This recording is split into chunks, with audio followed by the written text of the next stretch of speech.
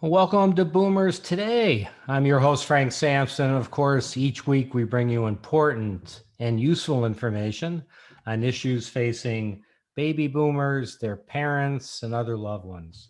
And I just want to thank everybody for all their support and so many of you. So we're getting many listeners that are just downloading our podcasts or subscribing, etc. And many of you are doing it on on your on Apple Podcasts, Google Podcasts, and many of the other podcast stations, Spreaker, Stitcher, etc. And so I just want to thank you for all that. Certainly, you could go also to our website at boomerstodayradio.com as well. And I think we're getting many more listeners as we go here because we've got great shows. We got great guests and trying to share their knowledge with everybody on so many of the issues facing the boomer generation today and their own issues, parents, etc. So, and again, we have another great show for you today. We have with us Lynda Anello, who is a community liaison for VITAS Healthcare in Cincinnati. She's responsible for community outreach and marketing. This position combines her love of community outreach, which has been a central aspect of her professional roles throughout her career, with her passion for the mission-centered work of hospice, an industry that mirrors her values in holistic, self-determined living and dying. Lynda, thank you so much for joining us on Boomers Today. I really appreciate it. It's my pleasure, and thank you for having me. Yeah, so I mentioned in the intro, you do work with VITAS, I shouldn't say VITAS Healthcare. And I know they're a very large organization. They're pretty much throughout the country. Anything you'd like to share with our listeners about the organization? So, our name, VITAS, is Latin for the word lives. And that's because our mission is to preserve quality of life. The hospice mission is to preserve quality of life and relieve pain and suffering for patients and families, and to provide self-determined life closure. So VITAS is the nation's largest hospice. We were created in 1978, right along with the beginning of the hospice movement. The hospice movement actually started being created in the mid-60s, but by the time in the United States, the National Hospice Organization was formed in 1977. So VITAS has been a major player in the hospice world from the very beginning in the United States. That's great. Great. So when someone hears hospice, help clear up really what hospice means. And maybe you could add to it maybe the difference between hospice and palliative care Yep. as well. So, I think when someone hears, oh, the person's on hospice, the feeling is that, they don't have too much longer to live, which actually may be the case, but isn't always the case. Right. So maybe you could talk a little bit about that. Yep. So words are tricky. The word hospice originated from the word hospitality, or from the same root as hospitality. And it's I looked it up, and a good definition for the original meaning of the word was a place of rest for the ill and weary. So that sounds very nice, but unfortunately over time, words develop different connotations in people's minds based on their experiences. And what has happened with the word hospice, it's kind of gotten a bad stigma, similar to actually the word death.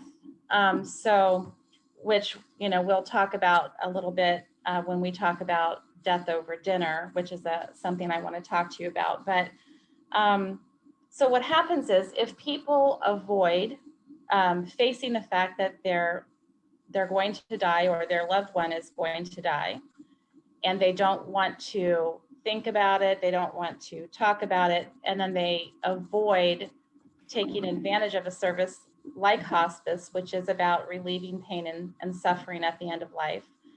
Then what happens is they take advantage of that service so late that ultimately they might say to their friends, our loved one now has hospice, and then within days or within weeks, that person has died.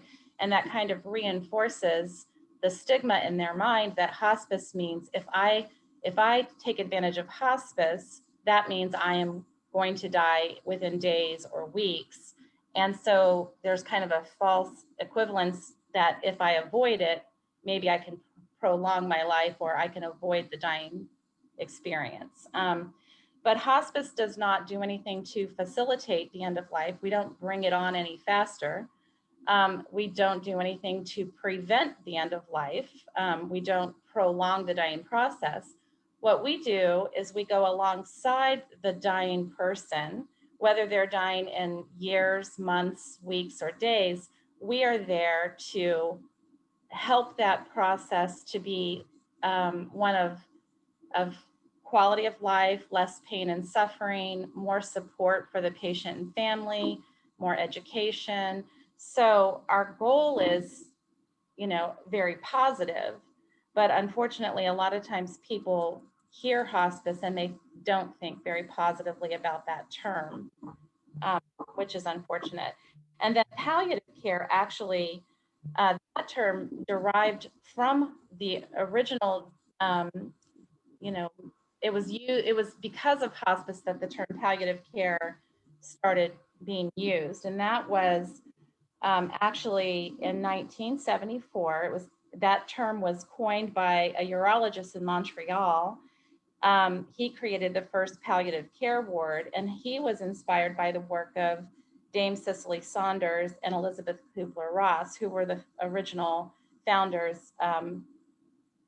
Dame Cicely started the hospice movement, and then Elizabeth Kubler-Ross advocated for patient-centered decision-making and care at home. So they were some of the original founders of this movement.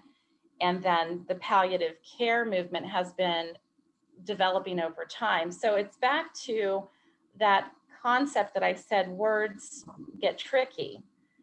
Palliative is alleviating pain and symptoms and focusing on quality of life. That is what hospice does. But over time, the term palliative is being used now in different ways. So it was originally associated with hospice, and now there's a kind of more of a movement toward palliative care earlier in the disease process, where you are still actively treating an illness, but also alongside it, taking advantage of palliative care support to try to optimize quality of life and control pain and symptoms. So it gets tricky because as illness advances, there are more and more interventions. And at some point, the burdens of those interventions will outweigh the benefits of those interventions, because we cannot postpone inevitably a natural process, which is death. That's going to come at some point. So it's kind of the trick of knowing when you've reached a tipping point where the burdens are no longer providing benefits that equal to, or the treatments are no longer providing benefits that are equal to the burdens that they're, that are surpassing the burdens that they're causing on your quality of life. Right. No, that's great. Great explanation. So since death is a certainty, right? We all know that, right? Well, why do you think there's such a reluctance of many, people to talk about death? Well, why do you think that is? Well, things that are hard are often resisted. Losing people is hard. Things that are unknown as well, that we're afraid. Anything that we're afraid of, we tend to turn away from and resist. So we're afraid of losing our loved ones because it's painful. We're afraid of facing death because we don't know what the experience of death is going to be like. We don't know what's going to happen after we die. It's all very uncertain. There are a lot of reasons for the fear, but as with all things in life, the more we face our fears, the more empowered we are to live our lives more fully. And so actually by fearing and resisting, we create more problems than we solve.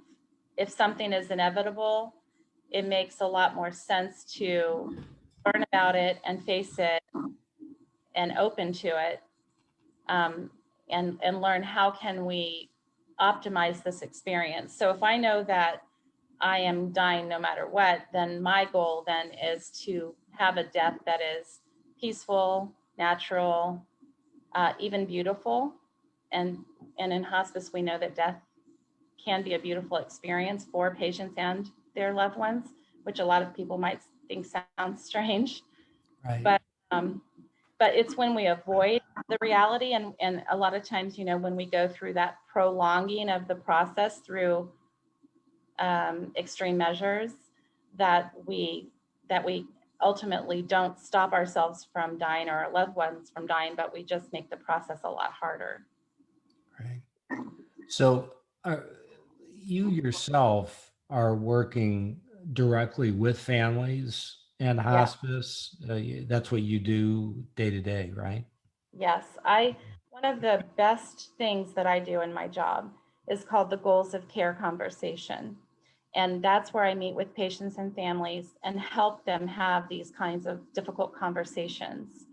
And it's very rewarding. And I get feedback from them, very grateful feedback, that they knew they needed to have the conversation. They didn't know how to start it. They were afraid to have it. But then at the end of it, they're often very relieved because, like I said, when we face our fears, it's empowering.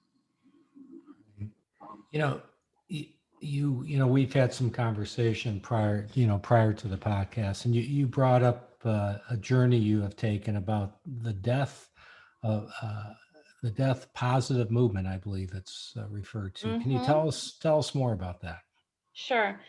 So when you look at the timeline of the hospice movement, the palliative care movement, advanced care planning, all of these things we're talking about, we're looking at a story that's been developing for about 58 to 60 years or so. It started in 1963 approximately. Well, it started before that, but Dame Cicely Saunders in England came in 1963 to the United States to start spreading her philosophy. She was doing talks about her philosophy of hospice care.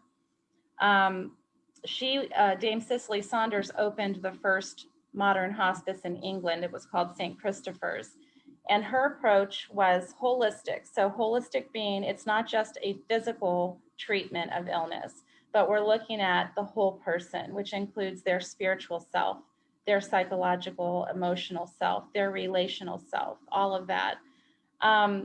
It's patient-centered rather than disease-centered. So when we're looking at our healthcare system, we have all of these siloed, practices that specialize in organs and diseases.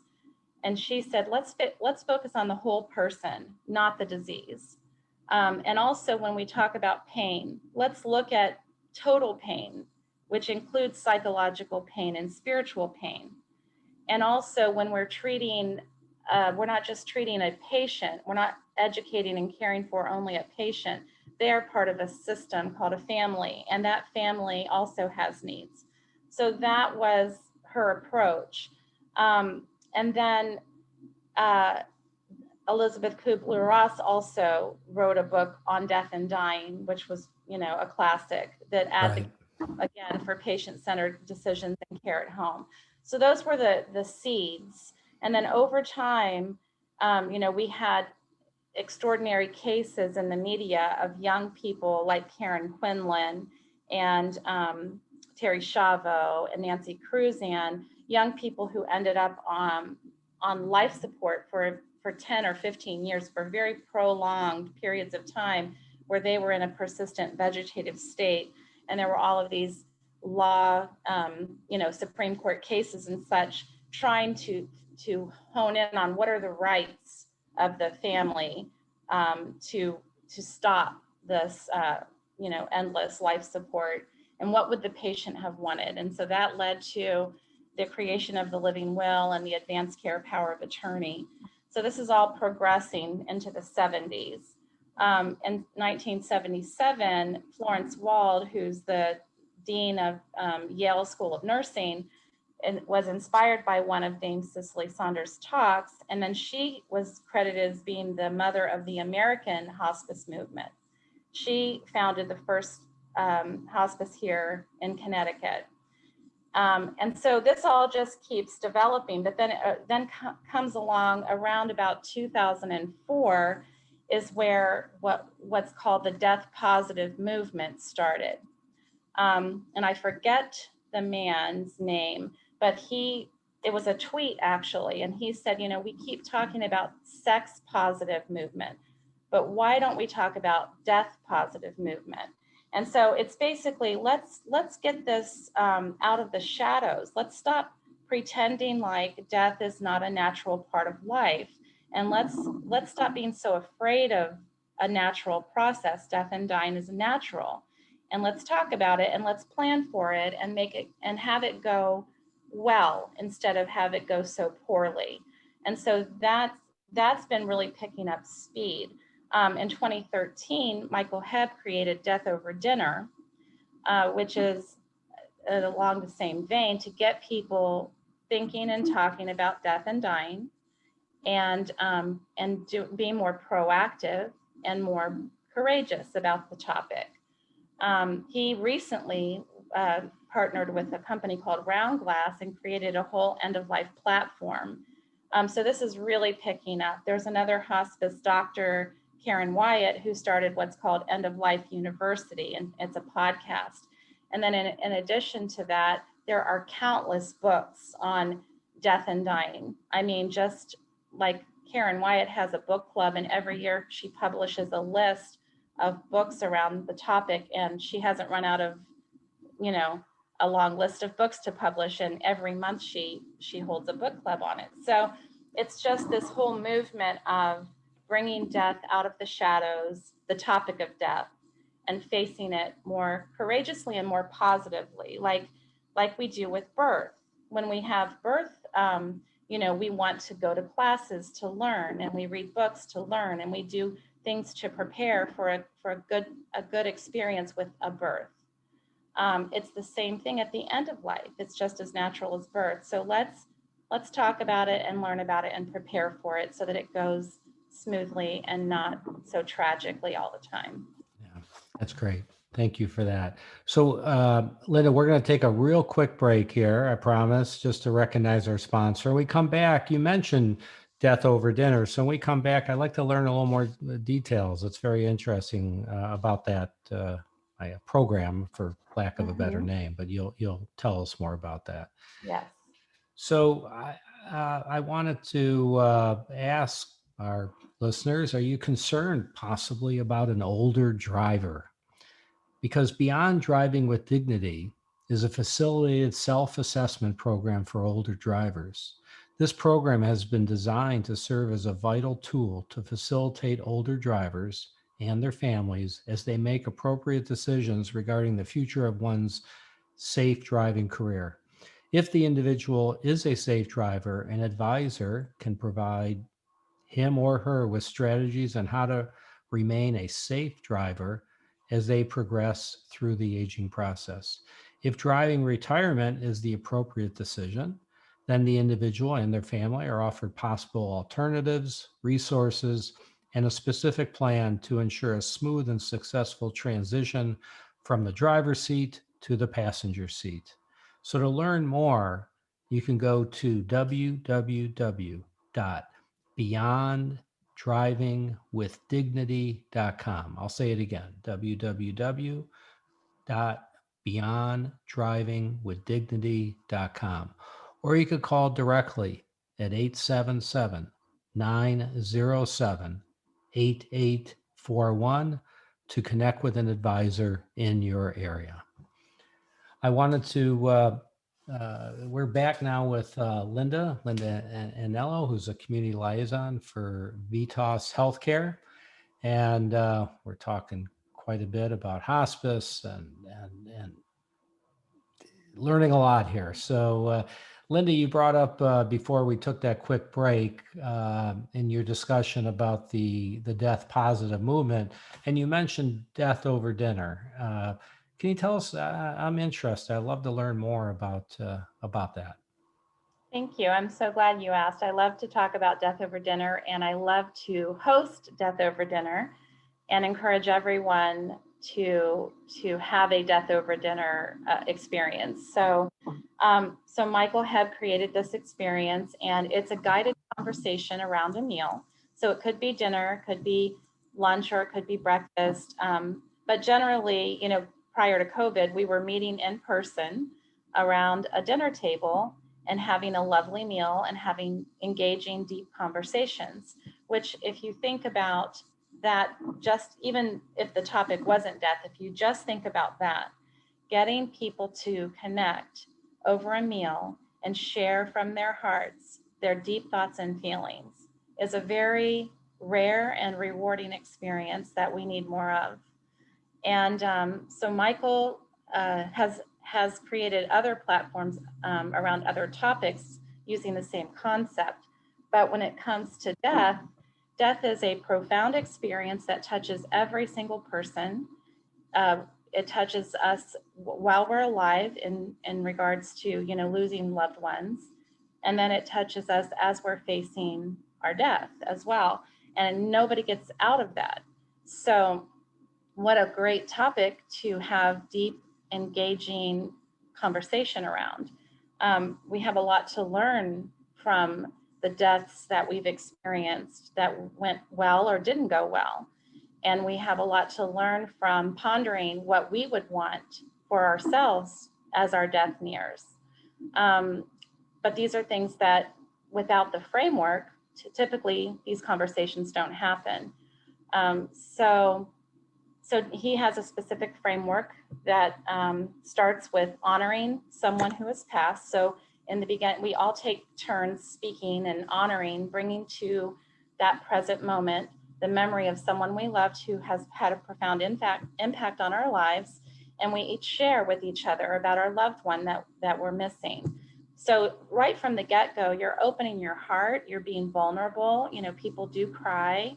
And a lot of times it's very cathartic because once we lose someone, we get to talk about that for a brief time, and then society expects us to move along. And so a lot of times people, are just grateful for the opportunity to share about their loved one that they're missing. And it shows us how profoundly people impact our lives in ways, even, when you talk about leaving a legacy, that sounds kind of daunting, like a big responsibility to leave a legacy, but people leave legacies in the lives of their loved ones all the time just by being who they are. So that's how the conversation starts. Then we have various prompts, and those change with each death over dinner. We choose different prompts. So an example prompt might be to think about the next, if you were given a terminal diagnosis and you were told you only had 30 days left to live, imagine what that experience might be like for you. How would you feel about that? And then that time is short now. You've got 30 days. That's very precious, rare time that you've got. How do you want to spend that time, And what we find when we have conversations like that is nobody says, I want to spend all of my last 30 days in hospitals and doctors' offices and getting treatments that are making me feel sick. Instead, they say, I want to be home with my loved ones, having really important conversations and just being with them and loving them, and things like that, making good memories in that time. So there's those prompts in the middle. And then every death over dinner ends with the same experience, which is called the appreciation in the round.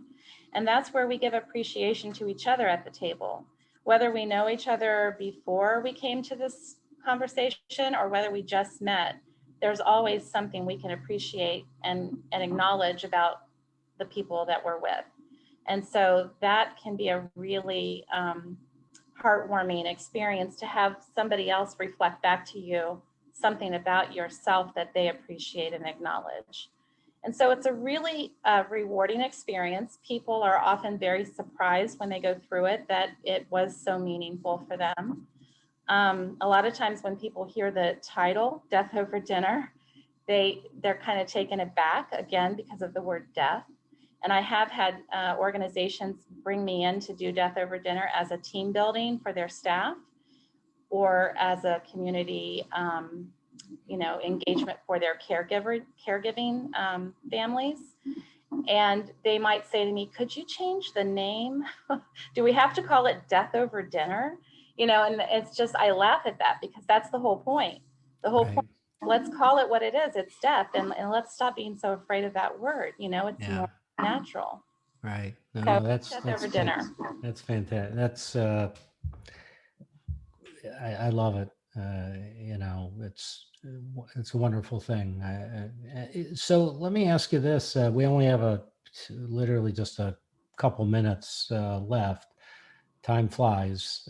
Yes. And maybe you could share with our listeners, if they wanted to get a hold of you and learn more about some of the things that you've discussed, how would they go about doing that? Well, I don't have like a website personally. My name is Lynda, Lynda Anello, Anello. And my phone number is 513-658-8051. That's my work number. And my email address is my first name, Lynda.Anello@VITAS, which is VITAS.com. I'm on LinkedIn, I'm on Facebook, but I don't have like a professional website or anything like that. Gotcha. Always that's great. happy to connect with anybody all over the United States, and I do. Anybody who's interested in this topic, this is my passion. I love to help people have proactive conversations and to prepare for end of life so that it becomes a peaceful, beautiful experience and not an ICU medical experience. Right. Well, Lynda, thank you so much for joining us on Boomers Today. I really appreciate it. My pleasure. Yeah, and I want to thank everybody for joining us on Boomers Today. I ask that everybody please be safe out there, and we'll talk to everybody soon. You've been listening to Boomers Today with Frank Sampson. To learn more about today's show, visit boomerstodayradio.com and join us next time for another edition of Boomers Today.